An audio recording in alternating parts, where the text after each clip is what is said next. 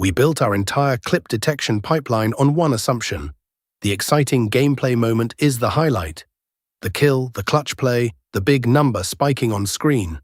That's what a highlight detector should find. The data disagreed with us by 3.7 times.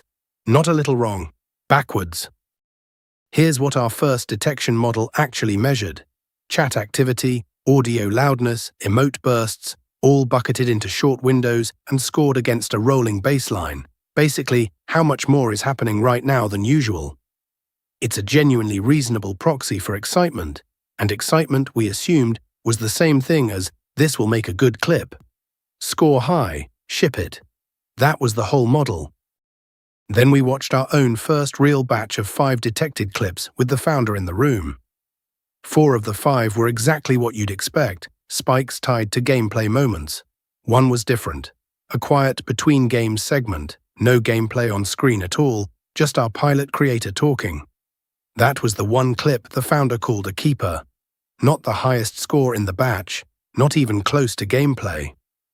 A personality moment, full stop. One data point isn't a rule. So we went and got the actual dataset instead of trusting the one conversation. 2 research tracks, run in parallel. Track 1, a taxonomy of the top-performing fan clips across 5 real streamers on the same platform. Personality quote moments, someone just being funny or reacting or talking, made up 33% of the pooled top 100 clips. Clean gameplay outplays, 9%. That's the 3.7x.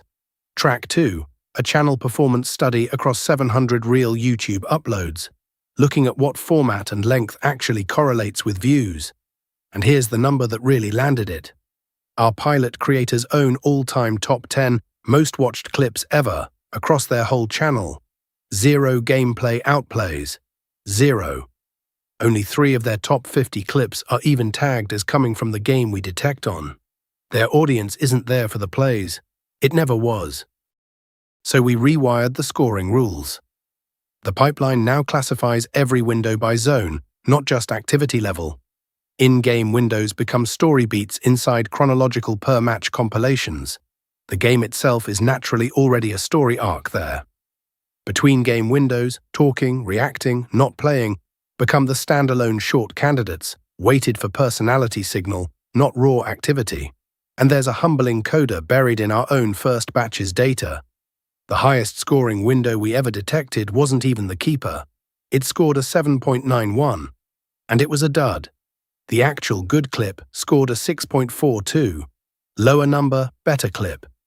Raw activity rank and this clip is actually good are not the same measurement, and treating them as the same measurement was the entire bug. The lesson isn't gameplay never works. In-game moments are still exactly right for match compilations, where the game is the story. The lesson is narrower and more uncomfortable. We had a confident intuition. We built a whole detection system around it, and the intuition was backwards for the specific thing we were trying to produce. Check the data before you build the feature around the vibe. The vibe felt obviously true right up until 700 videos said otherwise. This is the same taste model discipline that would score a real creator's clips before we ever hand you the highlight reel. Checked against real data, not our gut.